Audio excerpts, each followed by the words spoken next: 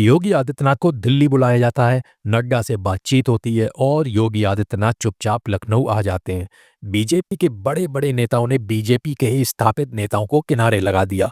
आप वसुंधरा राजे को ले लीजिए, जो राजस्थान की कई बार मुख्यमंत्री रहीं और इस बार भी राजस्थान में बीजेपी की जीत हुई, लेकिन मोदी और शाह ने वसुंधरा राजे को किनारे लगा के भजन लाल शर्मा को राजस्थान का नया मुख्यमंत्री बना दिया।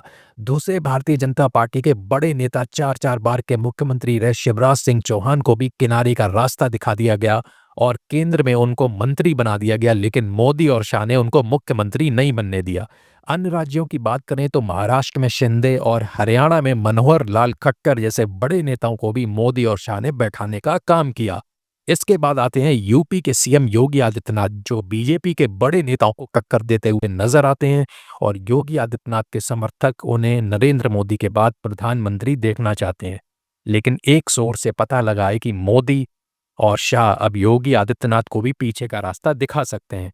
नरेंद्र मोदी ने बीजेपी के लिए ये नियम बना रखा है कि कोई भी नेता भारतीय जनता पार्टी का जो 75 वर्ष के ऊपर का हो जाएगा उसे मार्गदर्शन मंडली में बैठा दिया जाएगा। और पिछले कुछ वर्षों में जो भी बीजेपी का नेता 75 वर्ष के ऊपर का हुआ है उसे मार्गदर्शन मंडली में बैठा दिया गया है, जैसे लाल कृष्ण अडवाणी। लेकिन कुछ सोर्स कहते हैं कि आने वाले कुछ दिनों में आरएसएस 75 वर्ष वाले क्राइटेरिया को समाप्त कर देगी, क्योंकि शाह प्रमुख मोहन भागवत और नरेंद्र मोदी दोनों 75 वर्ष में चल रहे हैं। क्या दोनों एक दूसरे को एक्सटेंशन देने के लिए इस नियम को समाप्त करेंगे? कुछ सोर्स का कहना है अगर मोदी 75 वर्ष के बाद पीएम पद से हटते हैं तो मोदी के बाद योगी आदित्यनाथ ही एक मजबूत नेता हैं जो मोदी की कुर्सी पर बैठ सकते हैं। यूपी के डिप्टी सीएम की बात करें तो दोनों ब्रजेश पाठक और केशव प्रसाद मौर्य शायद योगी आदित्यनाथ को पसंद नहीं करते। केशव प्रसाद मौर्य तो अपनी विधायकी का चुनाव भी हार गए, फिर भी बीजेपी ने दलितों का वोट साधने के लिए उन्हें डिप्टी सीएम बना दिया। योगी आदित्यनाथ भी दोनों डिप्टी सीएम पर टाइट रहते हैं। दोनों डिप्टी सीएम भी शायद यही चाहते हैं कि योगी आदित्यनाथ हटें तो उनका भी नंबर आए, लेकिन योगी आदित्यनाथ को, जो कि बीजेपी के बड़े नेता हैं और मोदी के बाद उन्हीं को मोदी का उत्तराधिकारी माना जा रहा है, उन्हें कैसे कोई हटा पाएगा ये देखना होगा।